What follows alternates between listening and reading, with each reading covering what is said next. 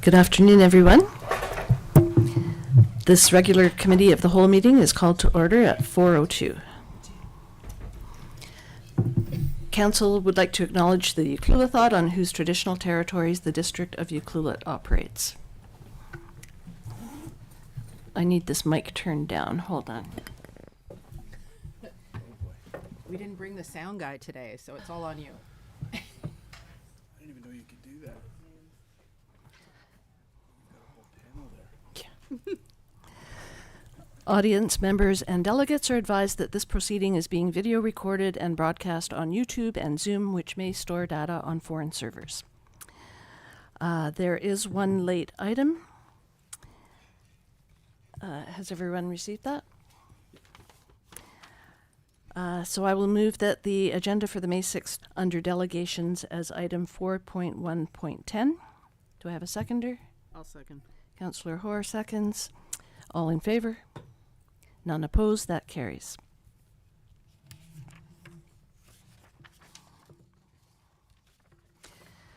May I have a motion to adopt the May 6th, 2025 regular committee of the whole meeting agenda as amended? So moved. Councillor Anderson, Second. Councillor Hoare, all in favor? None opposed. That carries.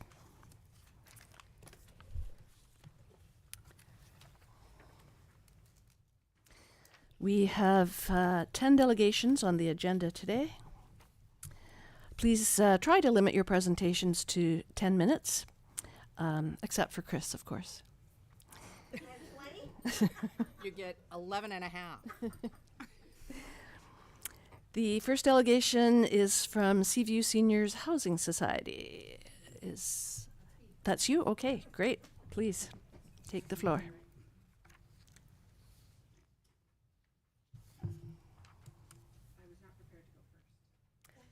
I think you need to turn your mic on.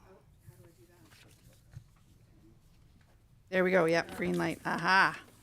Hi, everybody. I'm the Alexandra Amore. I'm the administrator at Seaview Seniors Housing Society, and none of the board members were available today, so you get me. So I'm reading a little speech from Pat Sieber, who is our board chair. And just in case anybody doesn't know, we are a very small subsidized seniors housing facility over on St. Jacques Boulevard. We have 10 one-bedroom suites for people who are 55 plus who qualify to have their rent subsidized. So the Seaview Seniors Housing Society thanks the District of Ucluelet and this council for your support over the past year. Once again, we thank you for allowing us to retain and use the funds provided to us, but not yet spent due to COVID restrictions. We are now using those funds as outlined in our report for luncheon expenses. We have a seniors lunch every month. With the help of generous local restaurants and volunteers, we have been able to be both frugal with the funds and still provide special meals and special time for local seniors and guests. Since our last report to council in November of 2024, we hosted the new Seniors Advocate, the incoming advocate, for a luncheon, giving interested members of the public a chance to ask questions and share their concerns. With the help of the Multiplex Society, who were coordinating his visit to the coast, the advocate's visit, our board was able to meet with him privately as well, which provided time for an in-depth discussion of issues facing seniors on this side of the island. We are continually updating our list of contacts. This list enables us to send a monthly newsletter to seniors and others in the community, informing them of events and information that might be useful to them. We work with Pacific Rim Hospice Society and their Better at Home program to plan cooperation in delivering a caregiver support group. So that's something that we're thinking about and coordinating with hospice. It hasn't started yet. It's in the works. Discussions are also underway to explore other ways in which we can combine resources to serve local seniors. We continue to offer events to the local seniors community, including occasional musical performances. We had one in December last year, which was well attended by both the residents and members of the community, and we have another event coming up at the end of this month. We thank the mayor and council members that have joined us on several occasions to stay aware of issues that the seniors face. We look forward to continued cooperation which supports and enriches the quality of life for both young and old on the West Coast. Thanks. Thank you, Alexandra. Any questions for Alexandra? Councillor Hoare? When's the next seniors lunch? The 21st of this month, Wednesday. I was at your lunch when the seniors advocate was there, and he's quite animated and a very good speaker. I really enjoyed introducing him and listening to him speak. Dan Levitt is his name. Yes. Yes. Yeah. That was lovely. Yeah, I didn't expect there to be so much laughter coming out of the common room when he was there. I guess he was quite engaging. He really was. Is he really? Yeah. I Yeah. couldn't go in because there was other stuff going on, but yeah. Right. Oh, that's great. No, that's super. All right. Well, thank you for your presentation. All right. Thanks, everybody.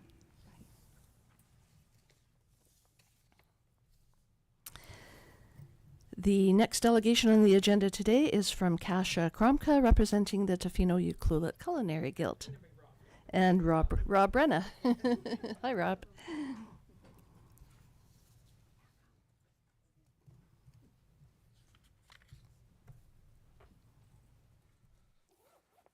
Just give me a moment to get set up, if you don't mind. And for just a quick introduction, my name is Kasia Kromka. I'm the head of purchasing for the Tofino Ucluelet Culinary Guild, and Rob Brenna is our executive director.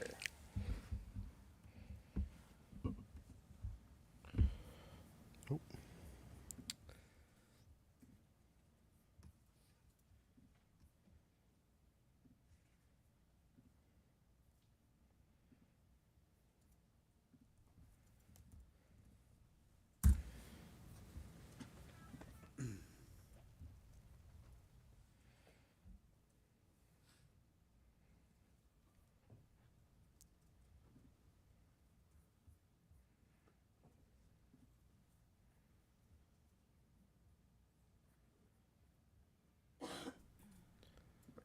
We're close. Thank you. Oh. Is that better now? Okay.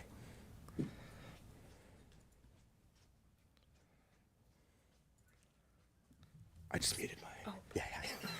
Thanks. I used to be a sound guy as well, so.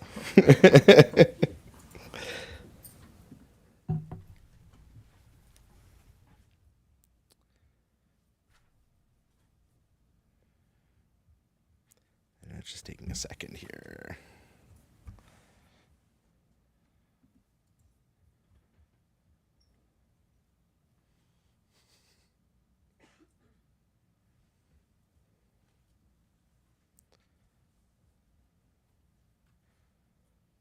All right.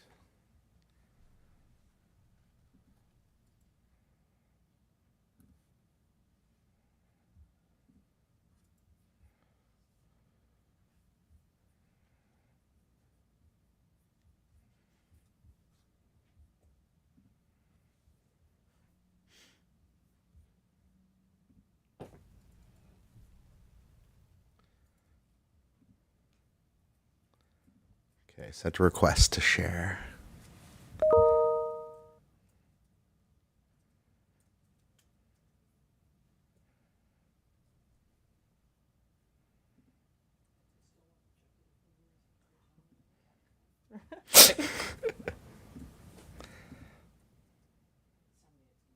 Oh, there we go. You guys can see it. There we go.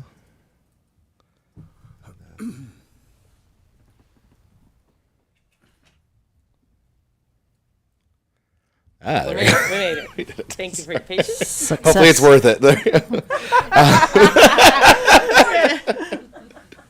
Well, thank you very much for welcoming us to present.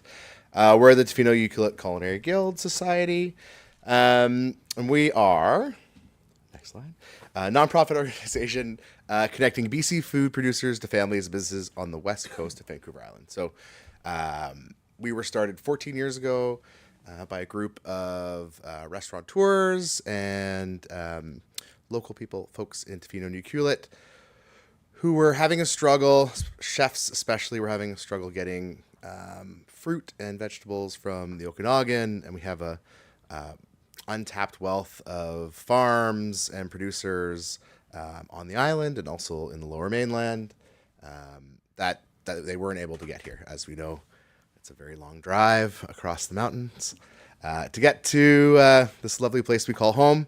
So it was started with Bobby Lax in a red van, driving around to different farms and picking up cases of, buying all the lettuce they had and driving it down and selling it dropping it off the restaurants.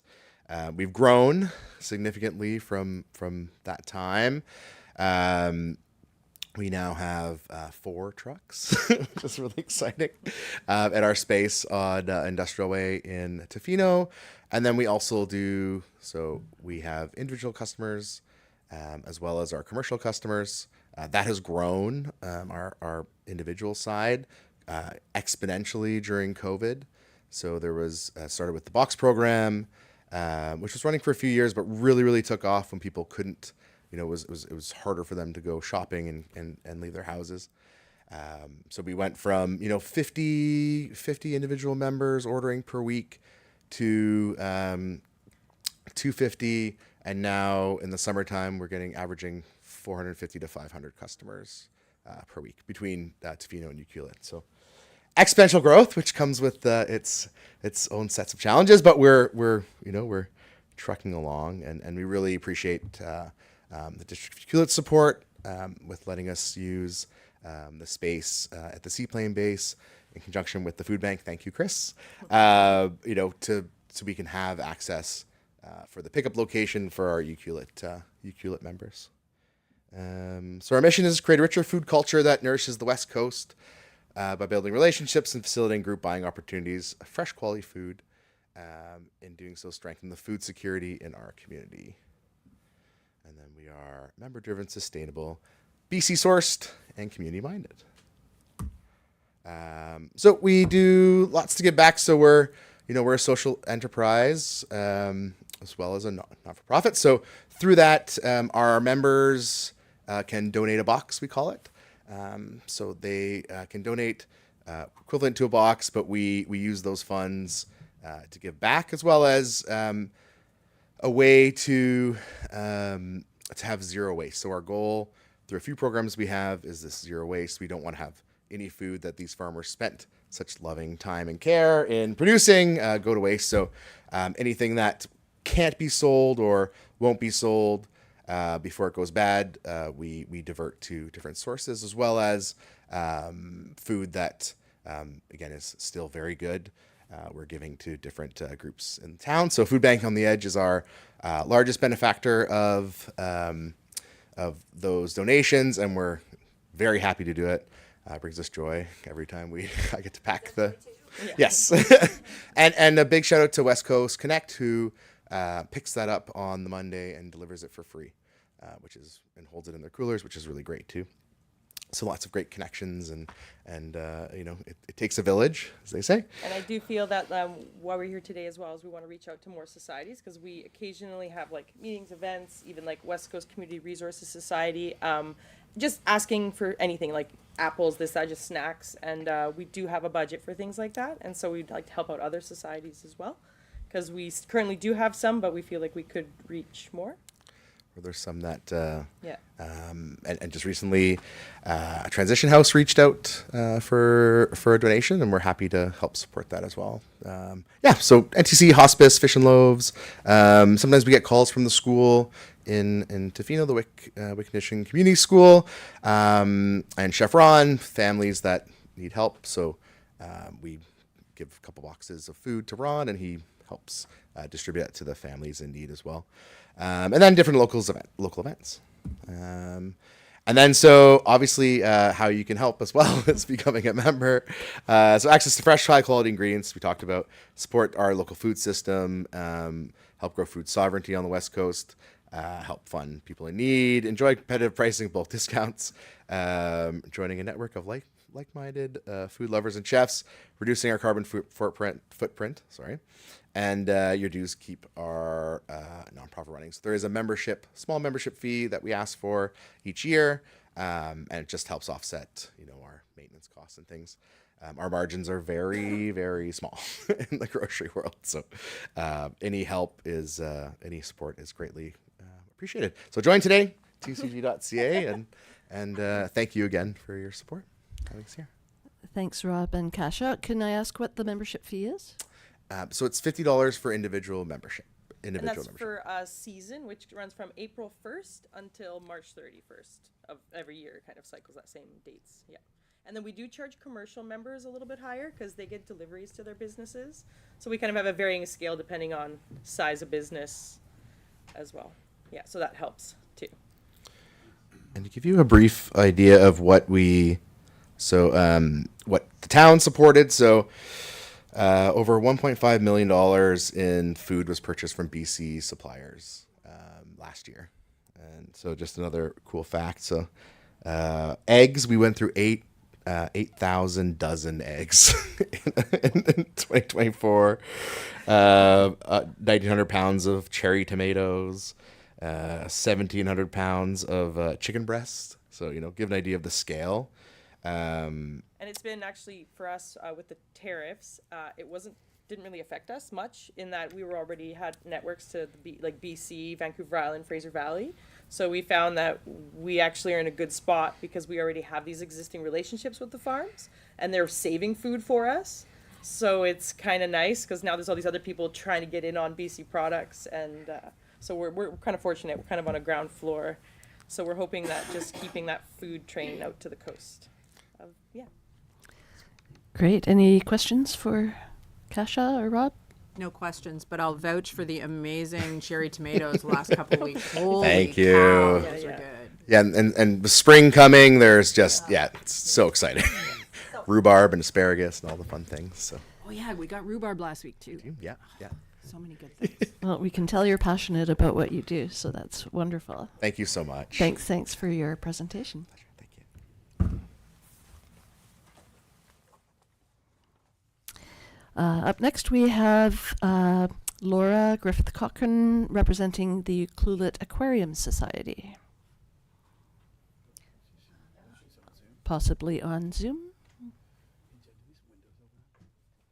They do, but also the door cracks, which is a nice way to. There's some of them do. That one does. Not all windows. Could we crack that door open, please, Ed?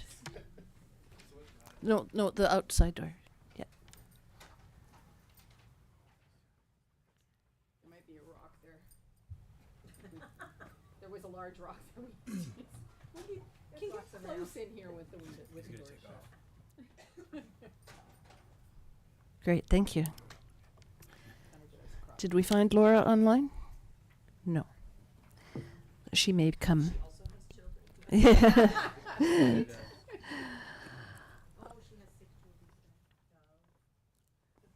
Okay, we'll see if she comes on board later. So we'll move to Claudia Cole, representative for the Ucluelet and Area Historical Society. Welcome, Claudia. Wonderful. I'm not one of the last today. I have some notes. Over the past year, the Historical Society has expanded their activities again, and we see this trend continuing in the next few years. We're currently working on new ways of fundraising as our programs grow and the old ways of raising funds shrink. However, the one that still works is a plant sale this Saturday. Equally important is growing our team of volunteers, and this is a bit of a problem. We do have a volunteer recruitment program, but nobody has time to work on it. But the Outer Coast Group, which you may know is a 3-year-old informal group of nonprofit societies and charities from both Tofino and Ucluelet, working to share information and resources. They've been working for the last while on creating a group online portal for volunteer recruitment, and there's some real steps been taken towards that. And also getting more information on proper volunteer programs, how to keep volunteers. A lot of information is out there, and they're encouraging everybody to start reading that and finding out what does draw volunteers and why they will stay. So we're hoping that we will be able to continue with all the new programs we've been having. We're continuing with our temporary exhibits, the usual ones at Yuki Days and Remembrance Day at ANAF. Last year, we had doubled the size of our booth at Yuki Days and had a lot of more people come in, more inviting. And for the first time, we had a lot of artifacts there too, not just a photo display. We've been increasing the size of our Remembrance Day exhibit too, and this year we received thank yous from some military people who came from the mainland just for Remembrance Day in Ucluelet, because they felt it was a real addition to the indoor luncheon after the ceremony. They've also asked, we're looking at more and more collaborative things, because that way we don't have to have a museum venue. We can get things out to the public, teach them their local history, and not have to have a whole building. Army, Navy, Air Force has asked us to provide permanent cases on the walls. In fact, they've got it all set up where they want us to put these cases. As soon as we get a little more money for these cases, we can easily make the displays. It's getting the equipment. Their goal, and they were the ones who asked us for this, is to serve a broader segment of the population. They want more than evening bands and things that people in their 20s are interested in, 20s and early 30s apparently. That's why they started having a bingo, and it was a real hit with older people.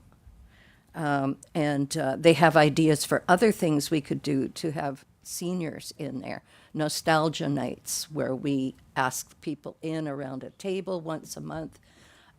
So having these exhibits on the wall will encourage people to think about their own family history. And I believe there may still be a picture of an RCIF man who was in our display on Remembrance Day, who was known as Mr. Fun, Foxy Renard, in the wartime years as one of the single men. Very different from how the married men were living. We've got pictures of him putting girls beside him.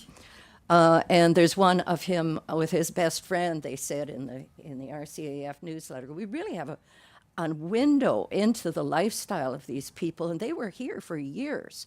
And just because they've gone, it doesn't mean they're not important too. They were defending this coast. We've got him sitting with his best friend, who is the camp mascot, Rex, and they're both sitting down on the ground on their like this. So I put that in the bathroom, in the women's room. He's a cute fella. I saw that. That's great. Yeah. So we're trying to go out to people and show them there is a history here. Another collaborative effort was Saki Sushi Saki, which is it called? The Asian food restaurant. Well, it's not the Peninsula Hotel anymore, is it? It's got a brand new name on that site. Agreed to take a Japanese Canadian settlers exhibit and a glass case about this size, for a month. And when we went to pick it up, they said, well, couldn't we keep it for longer? Because it was so popular with their people coming in there. But they couldn't. It was on its way to the tourism office down on Main Street, where we now have a number of artifacts, not too many. We're making the place more attractive at the request of the manager, Nick Curry there, to the general public coming in. It is open to the public in the summer as another visitor center.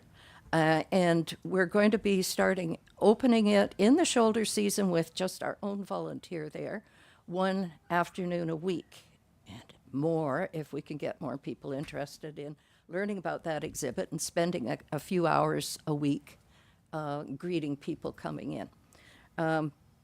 In the summer, they have part-time staff there. They share it with another office who will be able to keep it open more often. And we will still send in our volunteers too. We continue having 3 presentations a year. The AGM presentation last year was Graveyard of the Pacific, which didn't just talk about the ships, it talked about why, with navigation methods being as they were at the time, there wasn't very good results from your navigation because the currents here are confusing and the winds are worse, and that's why it was the Graveyard of the Pacific.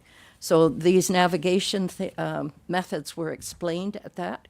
So it was so well received that the National Park heard about that one and called and wanted to have it repeated with their campers, which was done, and that was so well received there that they've asked us to do it again this summer, and probably will want it permanently because they have new campers every year, and it's a family audience, and we're going to include activities for the little kids who are there with the adults and older kids and not able really to follow what's going on, and they'll be drawing pictures of or coloring pictures of not sunk yet ships.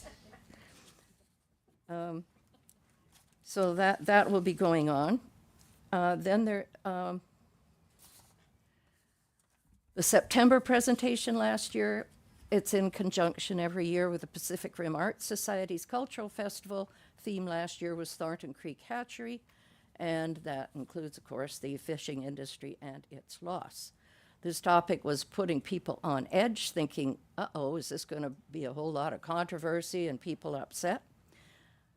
But history is meant to be truth-telling, telling all sides, so it went ahead. And surprisingly, this presentation was very calm and ended with people on other sides of the old issue, which still exists to a certain extent, coming closer together. It was like a reconciliation, an understanding of each other's viewpoints. And this, to me, is one of the most important things history can do. And I see it as a repeat of the positive result we had from the logging exhibit the previous year at the Prass Cultural Festival. In that year, too, there was no arguing, no disagreeing or anything. Everybody just saw how each group had seen what was going on at the time. Our largest project is the Japanese Canadian History Pavilion, which is still pretty well invisible to the public, but it is moving forward as it should. And this year, as the hand-constructed building will begin to take shape in a workshop to be reconstructed on the site. The research and writing team is getting busy with filling in gaps in documentation, and we'll be hiring a graphic designer who will create the exhibit boards to go in the pavilion. And I'm spending a lot of time on that, and that's why I was late today. I was watching a webinar on how to use Landscapes of Injustice, a Japanese Canadian history site at UVic. We're still waiting to hear the results of 2 applications for grants on the harbor history tours. This year, we have an agreement with the Department of Culture at the UFN government. They will provide training material. We will hire a First Nations person. It is not their mandate to provide workers. They are there to teach their own people, their own culture, and they are also interested in seeing people develop businesses in what do we have here? Tourism. As tour guides. So that's why they're willing to help us. They will also distribute the call for a contractor to do the tour guide work for the giving the First Nation history. And it would be nice if once again we have two cultures in our tour guide for the Japanese Canadians and the white settlers, which we did last year. And he may be available again this year. So he's half and half, and he could tell both stories and be on both sides of the fence. Another way we've hoped for a long time to spread knowledge is to reach children in the schools. And in the past year, we had one event with very small children. I think it was primary grades that learned the history of the piece of property where the district office is while visiting the district office to hear about local government, I guess. And they were told all about the old school that was on that site. And they were quite involved. It was really entertaining to see the little kids like that. And then another presentation just a few days ago with the Chamber of Commerce. You set it up, didn't you? Yeah. We appeared, or we had a presenter at the tourism office who talked about the history of the harbor, and these students were learning about from 5 different presenters that day. So it was a long morning for them. And one other thing we had that was students in a sense was the Tamagawa Gakuen. It's a kind of a young semi-university thing in Nanaimo. They bring students from Japan, and they were here last October, and I was asked if we could do that again. And they learned the history of Japanese Canadians in Canada as is exhibited here in our right at the center of the industry of fishing that they were here for, and at the center of the internment. So this is, and the man giving the presentation was an example of the people who did return and recover and build again.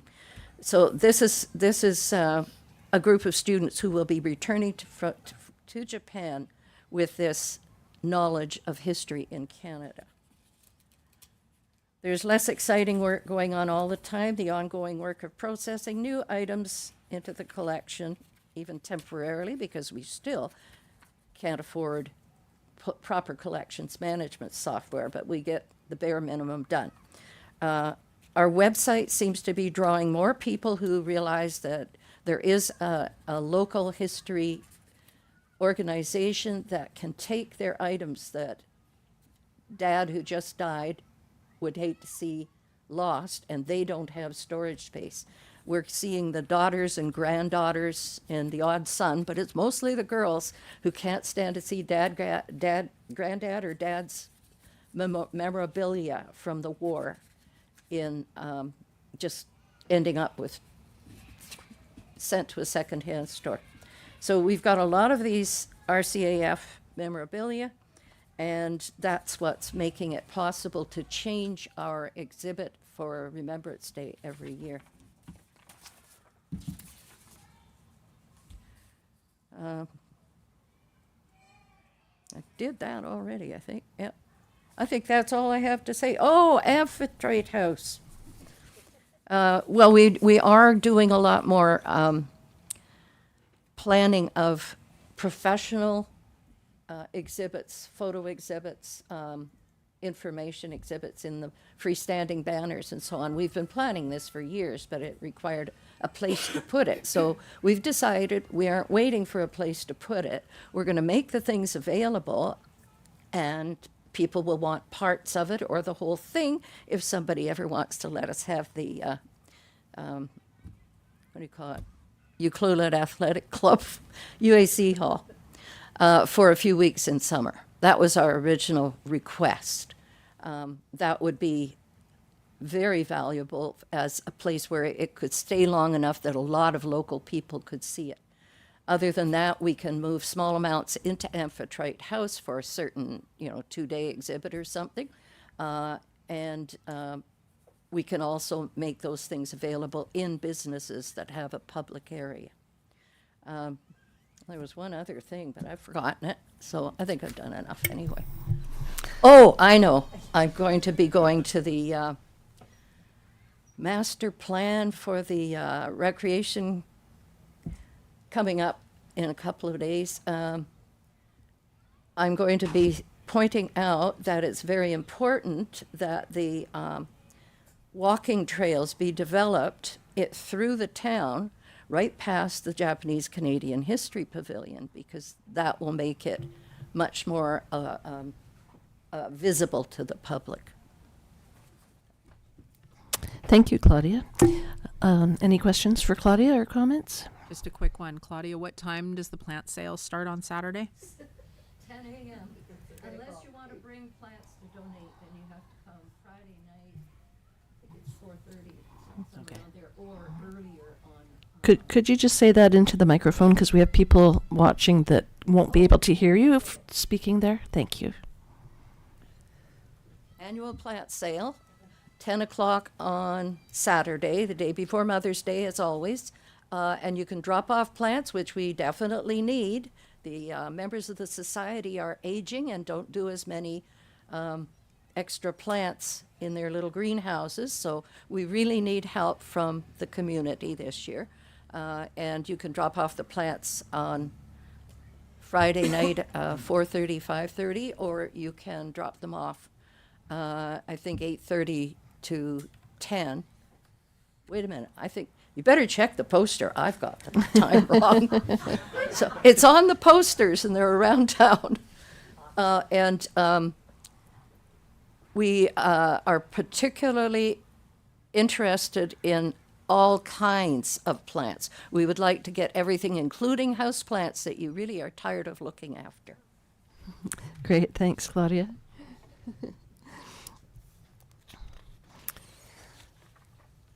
All right, the next society to present is Pacific Rim Hospice Society. And I saw Tarni on the screen. There she is. Hi, Tarni. Hello, everyone. I'm going to make this quick. I'm a little under the weather today, but thank you for having us all here today. I want to give you a quick update. So I work as the executive We director can't hear for. you, Tarni.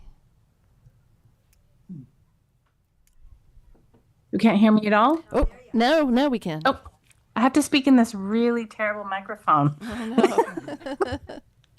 Oh boy. Okay, I'll speak louder. So thank you for having us today. I appreciate your time and energy listening to all of our activities. My name is Tarni. I work as the executive director for the Pacific Rim Hospice Society. We are a registered charity in operation over 30 years here on the West Coast. Our hospice program focuses on folks who are grieving. We assist folks at the end of life, palliative care. We also help folks who are injured or have a life-limiting illness. We also, in the past 3 years, have taken on the Pacific Rim Better at Home program. So this is non-medical home supports for folks who are 55 years and better. So we do things like help them out with light housekeeping, light yard maintenance, transportation to medical and non-medical appointments, social meals we help with. We have a warm meal delivery program pilot that just started this year in Tofino that we're looking to expand. And just some exciting news too, we have recently been awarded from United Way BC 2 more program grants. So one is our Friends and Family Caregiver Supports that Alexandra talked about earlier. So we're hoping to start some support groups. We're hoping to hear back from community members who are caregivers who, we just want to hear what people are needing. We've also talked about the possibility of a day program for folks who, may need to leave their loved ones so they can go have a break or go to the grocery store or go for a walk, self-care. So we're just in the early stages of the caregiver support program, and we're looking for input if anybody has some ideas about what could be needed in different communities. And then the other program is our social prescribing program.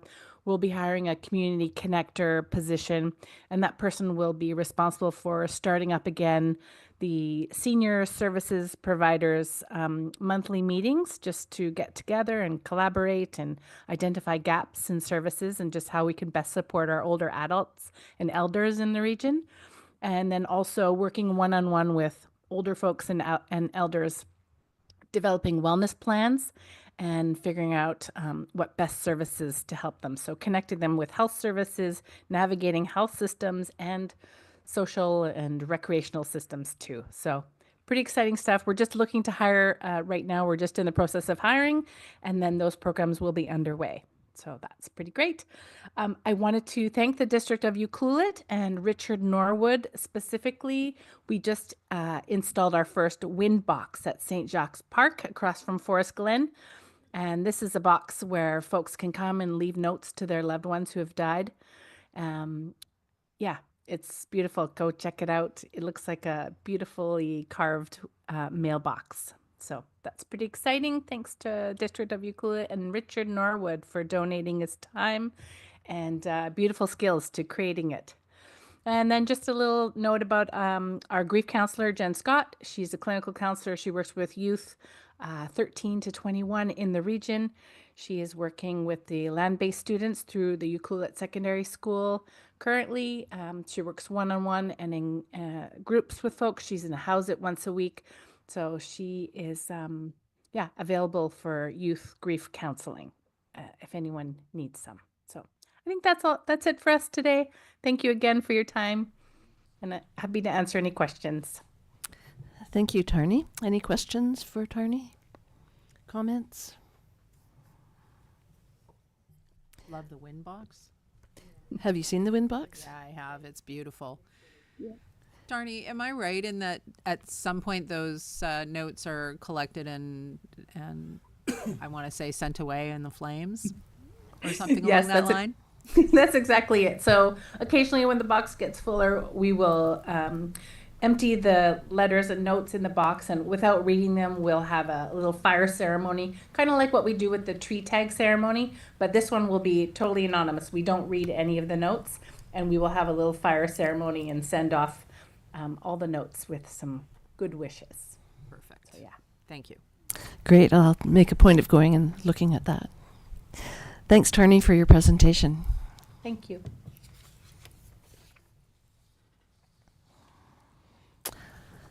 Our next presenter is Jeff Anderson, representing Pacific Rim Rotary. Welcome, Jeff.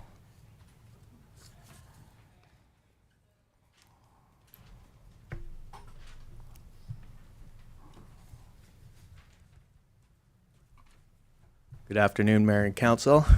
Thanks for having us here today. First of all, we had a great year with our events and getting around in the community. The latest was the Chowder Chowdown.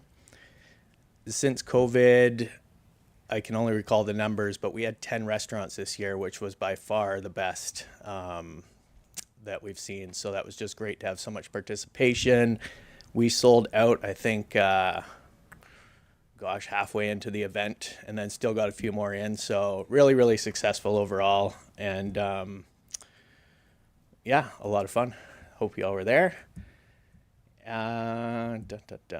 So this next part it's a little sad to announce, but we are sunsetting the Pacific Rim Rotary Club.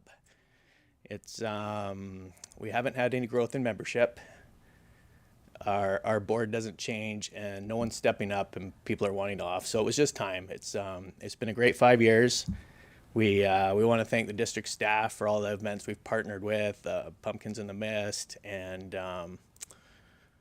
there's been so much fun, so many things, and they're so great. They're so easy to work with, and we also want to thank the council and mayor for getting us the land use permit for the disc golf course. It's a huge success up there. Any given day you can go up there in the afternoon, and there's just handfuls of people with their discs, which is really great to see. We want to put a big shout out to all of you, all the societies in this room. It's not easy, right? Every week showing up, every month being there, meetings, agendas, countless emails, phone calls. So thank you to all of you for what you do. I sit here and I listen, and there's just so much great work that goes on in the West Coast, particularly in the nonprofit sector, right? It's so inspiring to hear all your stories, and I've been to a few of these now. So I just want to say thank you to all the societies and all of you for continuing on the march, and we may have some new members for some of your clubs, right? Who knows what's going to happen there? But as of June 30th, we will no longer be a club. So, yeah, that's about all I had. The last bit is just to, yeah, say thank you and yeah, for all the things. So that's it for my presentation. Thanks, Jeff. Yeah. Question for you: with the Rotary Club gone, will somebody still be looking after the disc golf course? Yeah, Abby Fortune and I had a meeting last week, and we will be forming a disc golf committee, and the district will hold funds for upkeep, which the Rotary Club has some donations for, as well as the yearly renewal on the sponsorship holes. So we will keep maintenance and upkeep going through a committee of some sort. We're ironing that out right now, but I know there's a handful of people that are already interested, so yeah, it will live on. That's great to hear. Yeah. And I assume this means you won't be doing the Chowder Chowdown next year. That's right. Yeah. So, and thank you to the Pacific Rim Whale Festival for all of that. I forgot to put that in the front. We partner with them for that. But yes, no. Betty. Talk to Betty. Talk to Betty, and I can't wait to see her face when you ask her. Well, it was a great event this year. It really was. Yeah, it was so much fun. And, yeah, so many people. And it has been a while since we've had 10 restaurants, for sure. I can remember 4 the year before, and maybe 6, and pre-COVID, I can't quite remember. I was in it, but I can't remember. It was pretty popular, but then COVID shut that down like so many things. So. Yeah. All right. Well, thank you to the Rotary members for all that you've done in your 5 years. And sad news, but I know sometimes that happens. Mm-hmm. Yeah. Yeah, definitely. Any questions for Jeff from council? No, not a question, but just a comment. I just wanted to say thank you for all that you've done. It's been great, and the the Rotary Club's been awesome. I wish I could join myself, but my wife said if I do anything else, and don't bother coming home. So you got to be careful on that. But Yeah. but it's been terrific. You guys have done so much, and I know you've personally sacrificed a lot of time, and all you guys have. So thank you. Thanks for your presentation, Jeff. Yeah. Yeah. Thank you.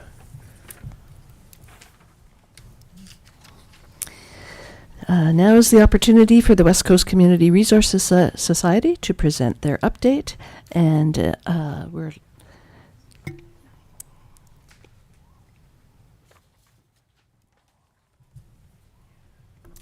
Hello, everyone. My name is Caitlin Petrie. I'm the Personnel and Program Manager at West Coast Community Resources Society. Lori Hanna, our Executive Director, sends her regrets, but she's currently on her way to Tofino presenting to the Clayoquot Biosphere Trust. We've applied for a VITAL grant to continue our critical incident stress management training in a house it in September. So she's presenting to them and fighting for that. So that's great. West Coast Community Resources Society, or WCRS, is currently in a strategic planning year. We've been having great discussions with staff, and the board's meeting this weekend, and we welcome all of you to share your knowledge and insights and ideas about the next 5 years for WCRS. We have a bulletin board up in our lobby. You can leave a note. You could send us an email, but yeah, we welcome your insights. Some updates. We can now do third-party reporting through our sexual assault service. And third-party reporting is where survivors of sexual assault can make an anonymous report to the RCMP through a designated third party, which is our sexual assault services. And this allows survivors to access support, share their story in a safe way, and to inform the police about a crime without them knowing their identity.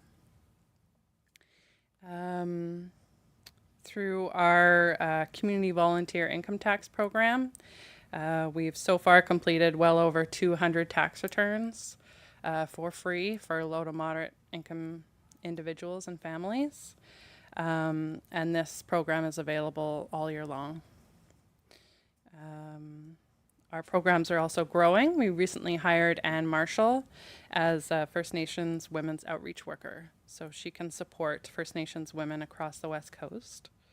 We've also hired Jasper Dow as a family support worker, working with adults with developmental disabilities, and that has allowed us to add 3 more individuals to the support program, which is remarkable and great for those families.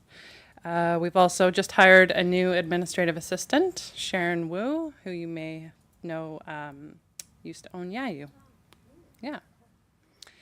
And the critical incident stress management, we, thanks to multi-year funding from the Clackwood Biosphere Trust, we held more training in October last year in Tofino, and now have 27 responders that can respond after a death or a near death, and can provide emotional support, referrals.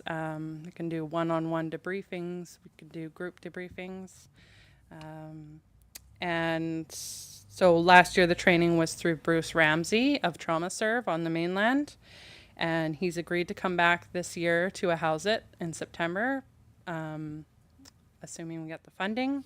And we're really grateful. He was so knowledgeable, and our participants took so much from his teachings. And we've responded this year. I think we've responded to 5 call-outs. That will grow as our program gets out in the mainstream. So we're expecting that to grow. And since its inception, our social enterprise, the Yuki Reuse store, has diverted over 6,500 items from the landfill, including textiles and furnishings, kitchenware, tools, sporting goods, and more. And we also recently received funding from the West Coast Sustainable Tourism Association to continue our efforts, and we hope to increase our hours in the summertime. We will be holding some training in coordination with the Homelessness Services Association of British Columbia, and that's the anti-oppressive de-escalation training, and that will be June 17th. I've put a flyer on the back table that you can take with you, and sign up is just through our admin email, admin@wccrs.ca, or you can just drop into our office anytime. And we also invite you all to join us on Friday. Our executive director, Lori Hanna, as well as some of our staff, will be at the Missing and Murdered Indigenous Women and Girls March in Tofino, and that's with the Clackwood First Nation. And again, there's a flyer on the back table. That's all I have. Great. Thanks, Caitlin. Your society is up to a lot of things. Yes. Yeah, we've been very busy last couple of years. Yeah. And so for the strategic planning, is it easiest just to drop into the office or look on the website, or I guess you have multiple ways of... Yeah, multiple ways. You can drop in Monday to Friday, 10 to 3 at our office, or you can write myself an email. My email is ppm@wccrs.ca, or to our executive director, and that's exec.director@wccrs.ca. Or you can find more information on our website, how to contact us. Perfect. Thank you. And for the responders, the 27 responders you have, will the fire department have access to those people? Yes, anyone has access to our program. We found a gap with that. A lot of those organizations have critical incident stress management, or CISM teams already. So the fire department or the BC ambulance, they have people that come from out of town as per their union agreements. So we can help them, but they usually have their own programs in place. So we're probably more for just the public. Okay, great. Good to know. Yeah. Any questions for Caitlin? Thank you for Wanted your... to add, sorry, we're also trained in like group debriefings and even town halls. So if the district, you know, if there was some kind of event, we can assist with that as well. Great. Thank you. Thanks for your presentation. Welcome.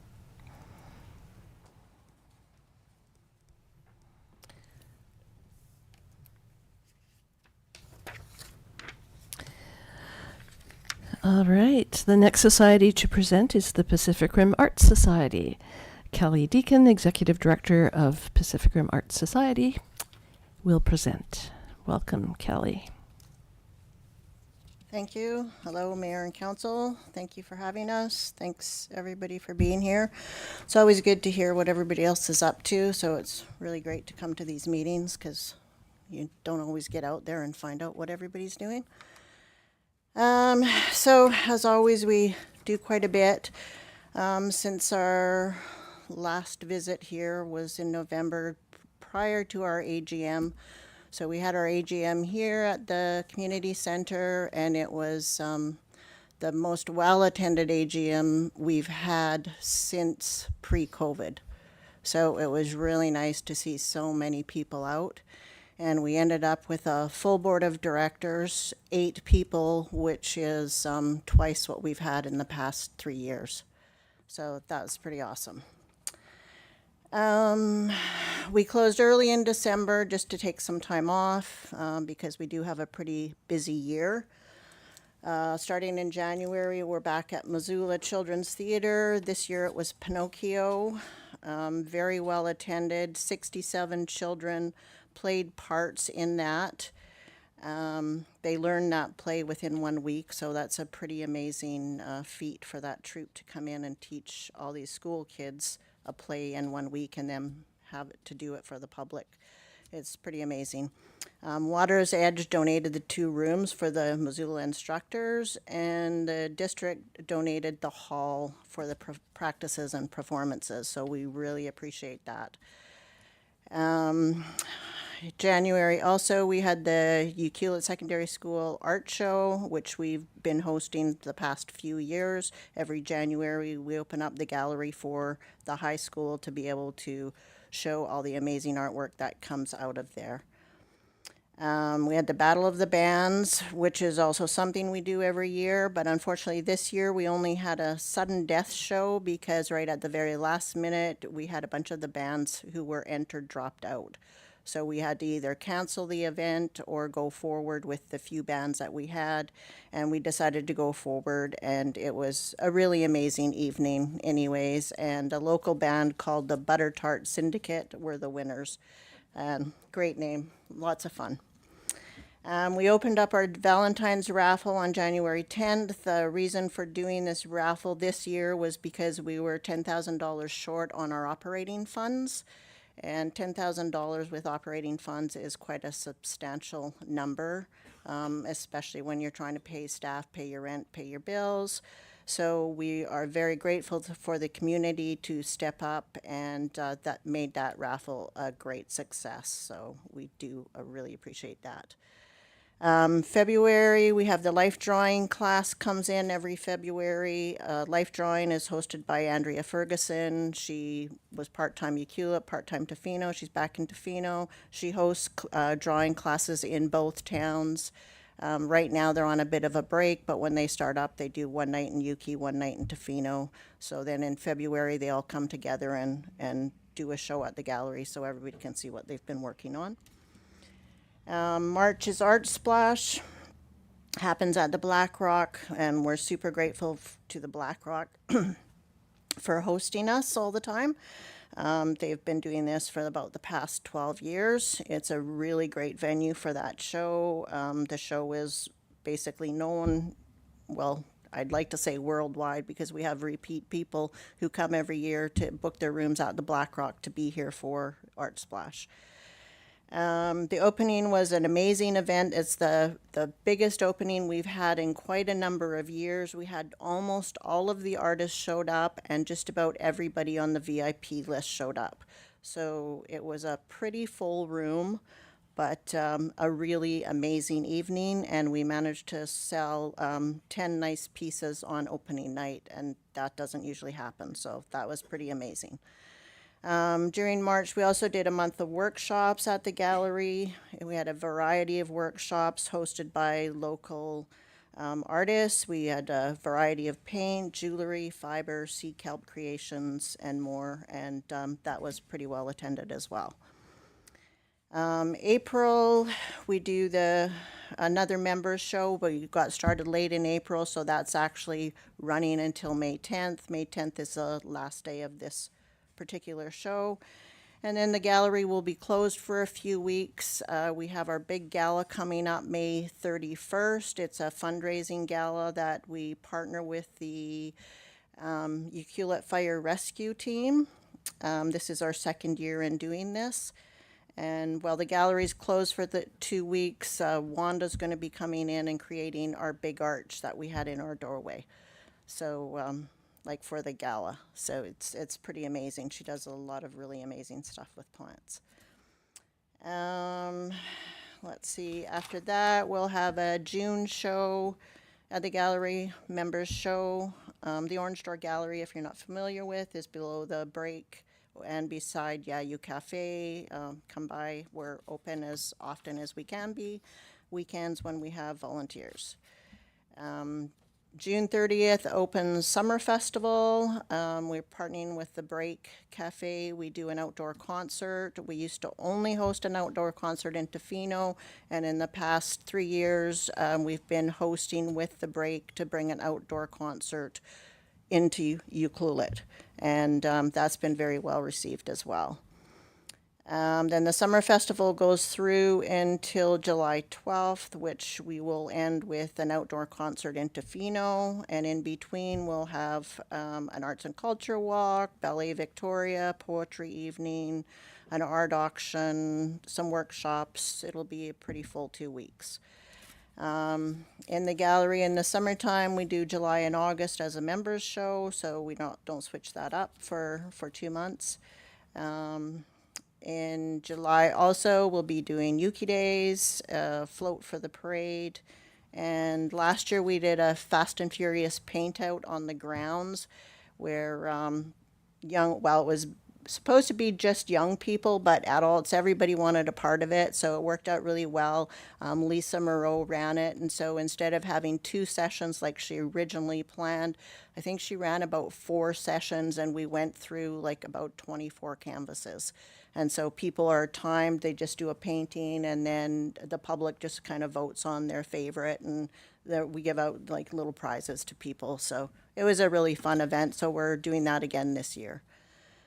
Let's see, September, we're gonna do in the works with doing a 2-week Yuki pottery show, which Carla Strickland, she has, the name of her shop escapes me at the moment, but she has a pottery shop below Jiggers, and she wants to get all the Yuki potters together in one room, so we're going to give them the gallery for 2 weeks and bring all the Yuki potters together and let them do a show and just kind of like be able to mingle with each other and talk about what potters talk about.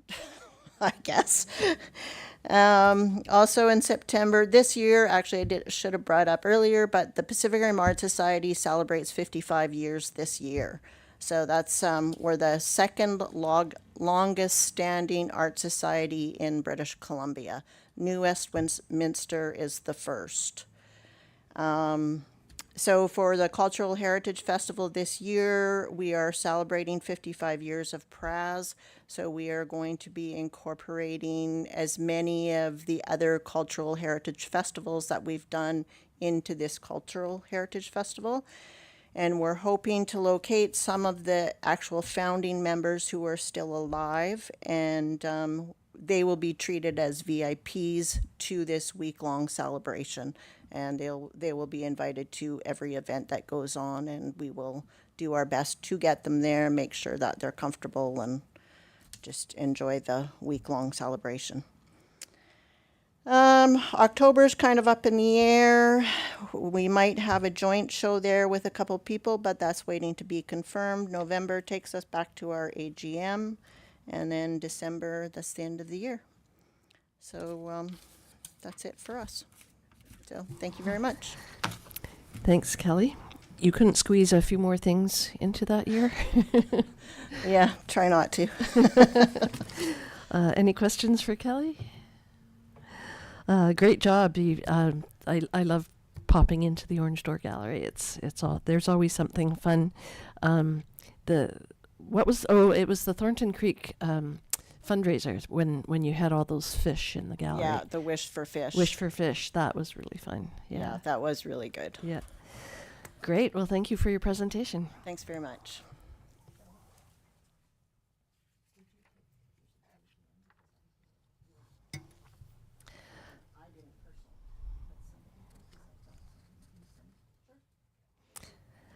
Okay, we now have an update from the West Coast Multiplex Society from Julia Taff. Welcome, Julia.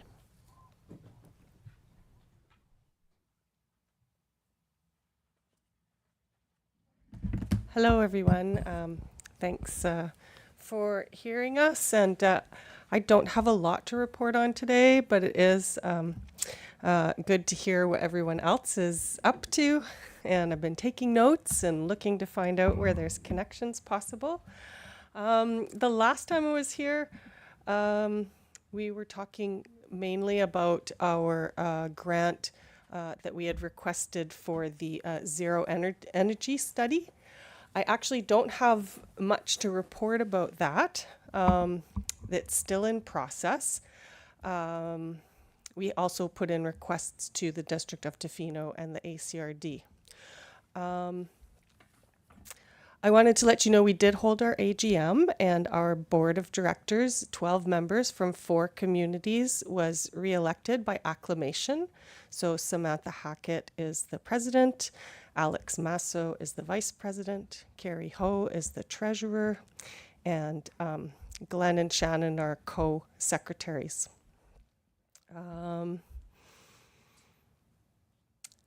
We have one good piece of news, which is that the ACRD has approved to put $50,000 time and resources towards making the multiplex happen. We're not exactly sure what that looks like yet, but we have a meeting with Daniel, their CAO, on how to move forward with that. So we're really looking forward to having that support, because we are entirely volunteer run, and it's a lot of work right now. I believe we've been invited to give feedback to the Tofino Parks and Rec plan. And I'm aware that the Yuki plan is happening May 12th at 2:30. So I wanted to confirm that we're going to be there, and really looking forward to participating in those discussions. And then our other note, our golf scramble, which is held every year in September, may need to be rescheduled because there is a Clayoquot Biosphere Trust anniversary celebration on the same day. So we will keep you posted about that. We do not want to conflict with such a fantastic event. Although there's so much going on in the community, it's hard not to conflict with things.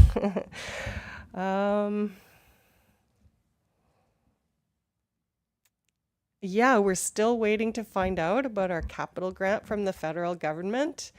It's just such a long wait for those things, and we're waiting with bated breath. But I know your time is precious today, so I'm going to leave it at that. Thank you very much for the opportunity to present, and we will keep in touch. Thanks. Unless there's any questions. Thanks, Julia. I think the Yuki Recreation Plan is over 3 different days, but so that would be one of them. So that's great. And how much were you hoping to receive from the federal government for your capital grant? Do you remember?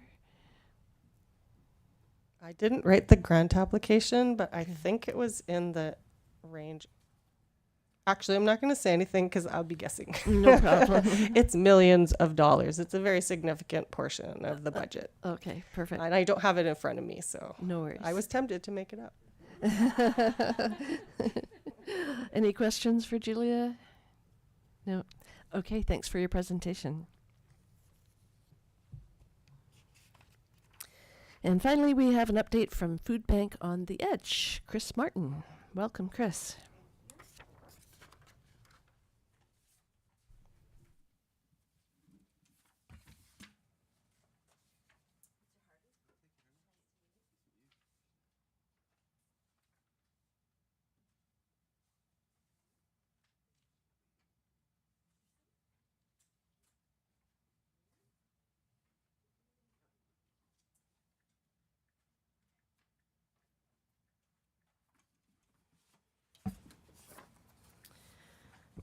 Good evening. Hi, everybody. Thank you for allowing us this time today. The statement I'm going to read came from Mako, who is our president. I'm currently the vice president of the Food Bank on the Edge, Chris Martin. So the Food Bank on the Edge has served as the primary food security provider for the West Coast over 2 decades, supporting individuals and families in Ucluelet, Itatsu, Millstream, Port Albion, Tofino, Essaouista, Taistanis, and the surrounding communities. In response to increasing demand and an aging facility, we initiated the construction of a new permanent food bank facility to serve the region for the next 25 to 35 years. Our new facility is located at Forbes Road up at Tugwell, next to Tugwell Field. It's a 1,300 square foot building, and the purpose is for food storage, distribution, and volunteer communication hub. The design life of this building should be 25 to 35 years of service capacity. The impact of the community that we make every week is hundreds of residents are served annually, including Indigenous families, seniors, seasonal workers, and those facing economic hardship.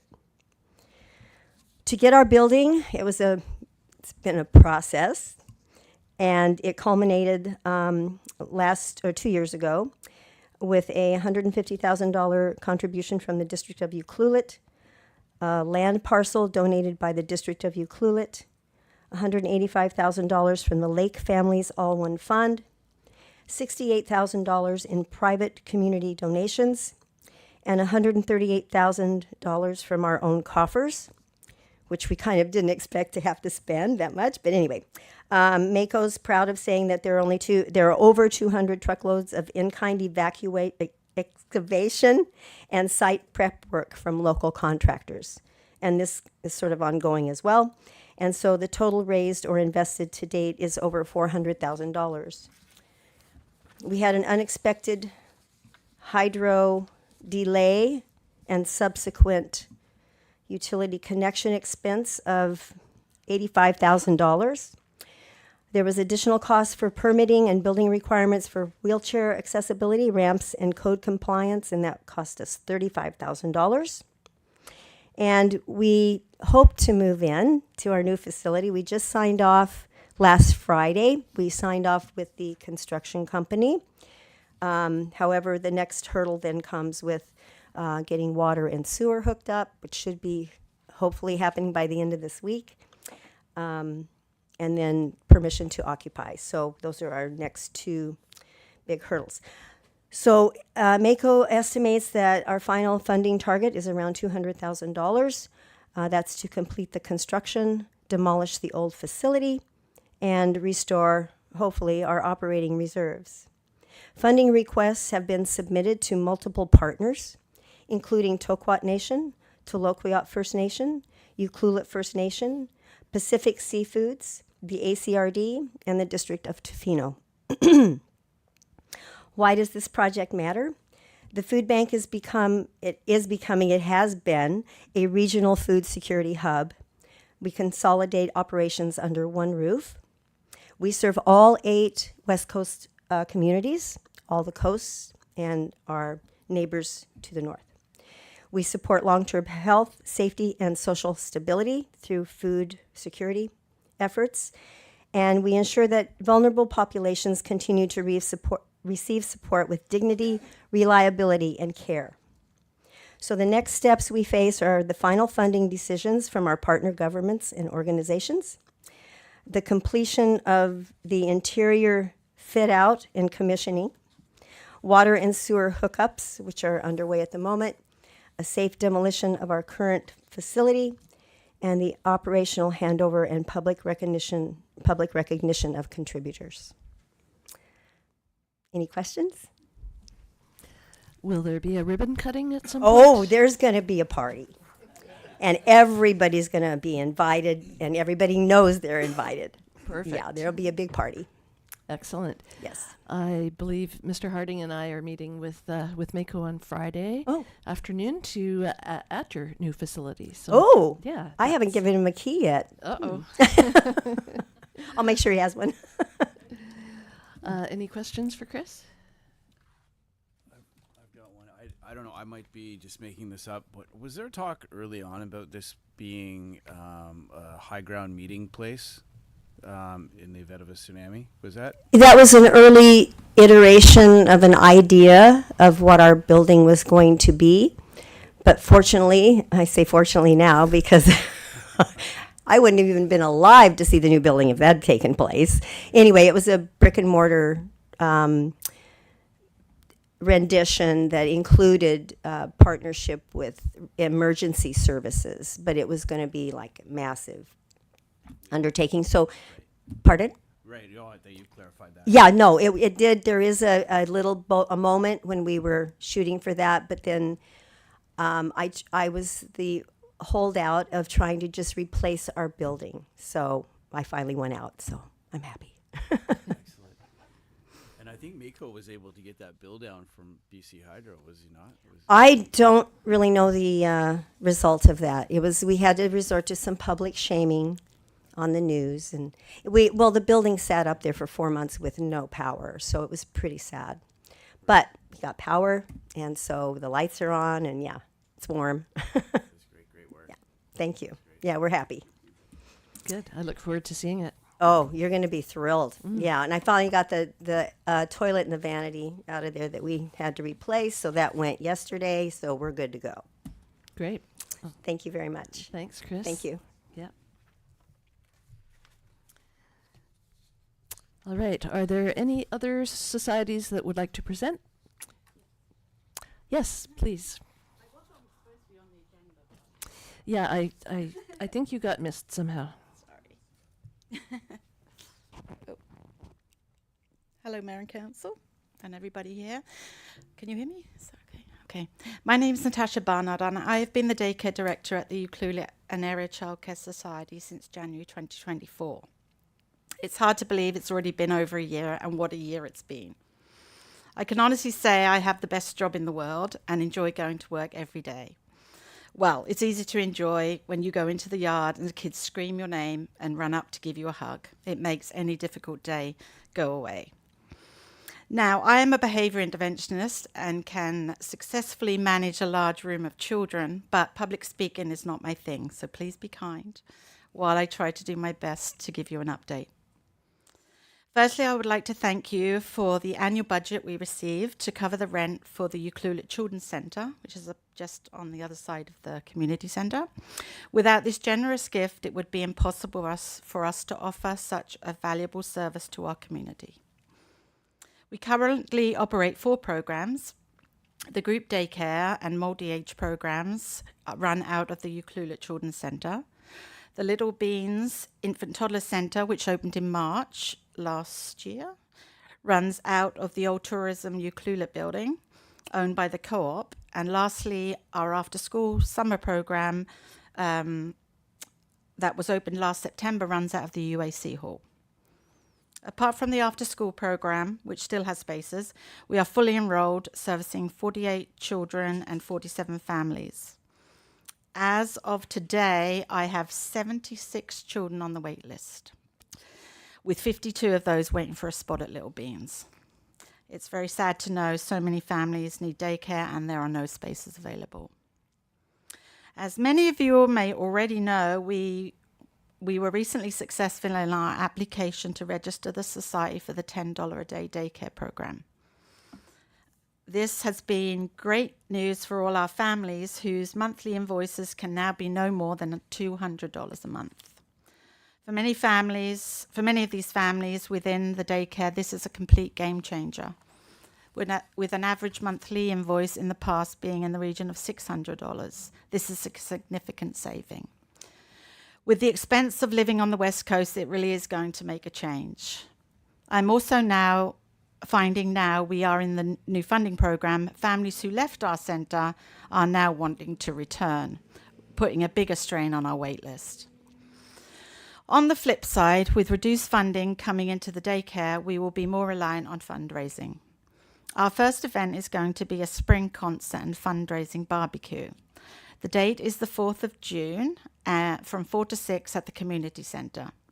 The children will put on a short performance followed by a barbecue, possibly a bake sale and an open house for people to come and visit the children's centre. More details will follow and all are welcome to attend. For those of you that don't know, we are a registered charity, so any donations are always welcome and we can issue a tax receipt. And just a little reminder, especially for parents who are in the daycare, May 9th is Daycare Appreciation Day. So that's just a little, So that's it from me. Although I have a very demanding job, I always have an open door. So if anyone wants to pop into the centre and see me or have a look around at what we do, you're always welcome. Do you have any questions? Thank you, Natasha. Do you have anything planned for May 9th? Yeah, May 9th we'll have a concert, the children, which is quite adorable. And then a barbecue and for May 9th. May 9th. This Friday. No, we just hope to get delivered lots of coffee and treats. And chocolates. And chocolates, and I quite like flowers, so, anything. If we don't receive any of those things, I'll also buy the staff lunch. So, yeah, so it'll be nice. Okay, that's good to know. Mm-hmm. Any questions for Natasha? Comments? I've got Councillor Anderson? Yeah, I've got my 2-year-old, Little Beans, so maybe I'm biased here. But with the wait list as it is right now, and I know this is a really tough question, but as the wait list is right now, do you have any thoughts or ideas on what you think we could do for an expansion or looking into the future here? We need another building, another daycare. More for sure, because there's no movement. The only movement I really get in the daycare is in September. So, for instance, in September, 12 of our children will go up to kindergarten. So that gives me 12 spots. But then I have to bring there's 3 coming from Little Beans. So that's 3 of those spots already gone. That's 9 spots I have there. That's all that's available for the next year. When you've got, and 52, so that'll be 3 more spots in Little Beans, unless I can go up to, we're at 8 so far, and the building can accommodate 12. But we don't have the staff, because with the IT, there's more lower ratios. It's 1 to 4 rather than 1 to 8 with the 3 to 5-year-olds, and they need to be ITs, which is an extra qualification on top of the early childhood educator. And I don't have the staff, but to get that numbers down, we've got to have a new facility, which I'll do if you give me a building, anyone. So that's all we need. Well, we can put it out there to any developers that want to build. Why not incorporate a daycare? Exactly. That would be great. Get on that, Sean. Okay. Well, we could take a look for if there's provincial grants. I'm not sure if there is. I know that there was at the Island Health. It was the provincial health seminar at UBCM. They talked about doing a care center, and then it also had a daycare. So it was like a medical building plus a daycare, and it was working really well. Mm-hmm. I can't remember where that was. It might have been Cumberland or somewhere like that. But yeah, there is a grant. We had a grant for the New Spaces grant from the government for Little Beans. So there's money. Yeah, you just got to get me a building. That's it. That's all. Yeah. that's what we can do. Okay. Okay, that's great. Thank you for your presentation. Are there any other societies that would like to present before council today that have not had a chance to do so? Rebecca.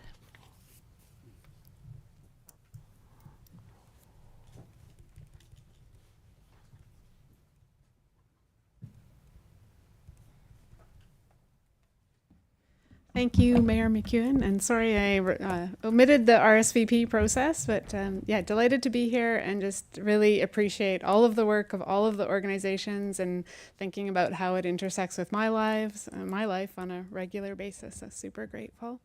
I'm Rebecca Hurwitz. I'm the Executive Director of the Clayoquot Biosphere Trust, and the CBT is the organization that was created by the 5 nations, the 2 municipalities, and the regional district on the West Coast to be the steward of the UNESCO Biosphere designation. So we've existed since 2000, and we're also the local community foundation. So we provide grants to many other organizations, and I'm grateful for the shouts out today for the different support that we share. Just a few updates from the CBT. First of all, thank you to Sarah Evelina and Claire Stone, who are the 2 directors that are appointed by the District of Ucluelet to participate on the CBT board. And they're both very active and engaged and coming to events and trainings and things, so we're super grateful for their participation. Granting, it is definitely granting season at the CBT, and we received more applications than ever this year, over 70 applications. And part of that is because the granting rules from the federal government have changed in the last couple of years. And so we now are able to grant not only to charities, but to nonprofits, as well as some other forms of organizations and even technically individuals, although we haven't done that yet. And so that opens up all sorts of new organizations to be eligible. And last year we granted to 10 new organizations. So we're growing and responding to those new guidelines and having more impact through that. It's definitely event season also at CBT. We're hosting more events in this month than we usually do, and I'm super grateful for all the support and participation. A couple weeks ago, we hosted a vital conversation on climate planning and had great participation from the District of Ucluelet team. Maddie and Annalise were there, and Mark on behalf of council, as well as I think his work role. So just really grateful for those ideas, and I think there's going to be some collaboration coming out of that, or at least more conversations about how we can collaborate, perhaps to access some grant funding for more work on climate planning in this region. Just yesterday, we hosted a governance workshop, and lots of organizations participated in that. So we try to support organizations to, be the best that we can all be through good governance and those kinds of processes. Tomorrow we're hosting the Coastal Family Resource Coalition Coming Together Forum and participating in that. The regional forum on Thursday, and on Thursday evening, 100 Women Who Care, and I will give a plug to getting your ticket for 100 women. We are still about 20 tickets shy of our goal, so even if you can't be there, you can be supporting, and we're super grateful. And I also wanted to give a shout out to the Leadership Vancouver Island group. This group of students this year is just totally phenomenal, and I've been jazzed to spend a couple of days with them. That's a program that CBT coordinates and administers, but it's led by a group of folks who helped to conceive the program and who have been past participants. And over the 8 months, the cohort travels to each community on the West Coast for a learning day, and then they do community projects and personal learning plans. And so they're supported by Brooke Wood and Jason Sam at the CBT team. And it's just been really awesome to get to see their growth over the year and their impact through community projects, one of which is the Coming Together Forum tomorrow. So lots of connections. And then the last event I'll mention is next week we're hosting the BC Biospheres in our region. So there are 19 UNESCO biospheres in Canada and 3 in British Columbia. The Clayoquot Sound Biosphere, the Akatsum Howe Sound Biosphere, which is the newest. It's about maybe 4 years old at this stage, and the Mount Arrowsmith Biosphere. And once a year, we like to get together as the BC Biospheres and just visit each other's biospheres, be on the land and the water together, and build relationships of of between our staff and boards, and like lots of shared projects comes out of that. So we'll be hosting them for 3 days next week, and all over the place, and excited to be having a dinner in Ucluelet and some time here, I think, on Wednesday. And lastly, Julia gave a little nod to our upcoming event. It is our 25th anniversary, so yeah, much appreciation for the big anniversaries going on this year. 25th anniversary of the Biosphere designation, and we are partnering with Tloquit First Nation to co-host a regional gathering in celebration of that anniversary on September 20th.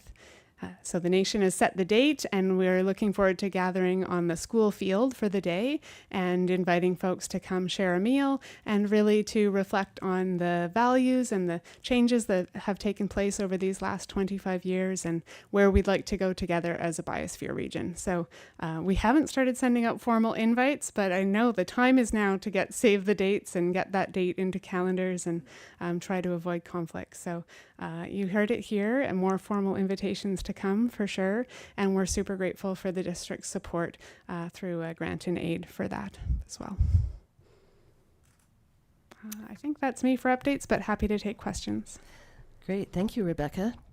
I'll see you Wednesday and Thursday, apparently, here at the community center. And fun fact, I was at the ceremony back in 2000 when CBT was created and the ribbon was cut, and we had visiting politicians, and yeah, it was held at Wickaninnish Beach. It was I don't know if you were there. I was not there. I was a new resident at the time, and probably not quite switched into local activities yet. Still just arriving as a university student. So Right. yeah, I'd love to hear more about that day sometime, Marilyn. I think I have photographs. Oh, amazing! That was back when film was a thing. Yeah. So I actually have real photographs in an those album. would be wonderful to see. We I have a can- few from that day for sure, but fresh perspectives on that day would be awesome. I'll bring them with me on Wednesday. Thank you. Okay. Any questions for Rebecca? Just a quick one. I can't attend the 100 Women Who Care event, but where can I donate a ticket? Sure, you can buy a ticket on the CBT website, and there is a sponsor ticket option, and then we'll know you can't come, and we can invite someone who would like to join us but can't otherwise afford it. So that is awesome. Perfect. Thank you. Thank you. Great, thanks for your presentation, Rebecca. Another organization that's doing 100 things. All right, are there any other societies that would like to present before council today that have not had a chance to do so? I think we've got everybody that's in the room. Are there any hands up at all on Zoom?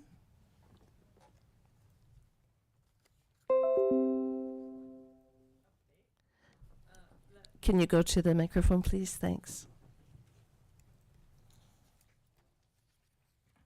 I just wanted to say that the multiplex grant to the Federal Green Buildings program was $25 million.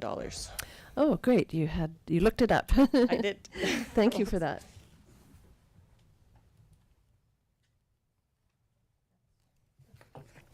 No other societies have their hands up online? All right. We will now move on to question period. This is an opportunity for the public to ask questions and comment on matters within council's jurisdiction. Representations about bylaws that council is prohibited from holding a public hearing on, or bylaws that were subject to a public hearing, are not permitted at this time. Are there any audience members that wish to address council? I think everybody's had their turn pretty much. Are there any members of the public attending by Zoom or telephone that wish to address council? There is no one. And have we received any emails to communityinput@ucluelet.ca during the meeting? No email received. No emails. All right. I will move that the May 6, 2025 Committee of the Whole meeting be closed to the public pursuant to the following sections of the Community Charter. 90(1)(I), the receipt of advice that is subject to solicitor-client privilege, including communications necessary for that purpose. Do I have a seconder? Councillor Hoare seconds. All in favor? None opposed. That carries. I don't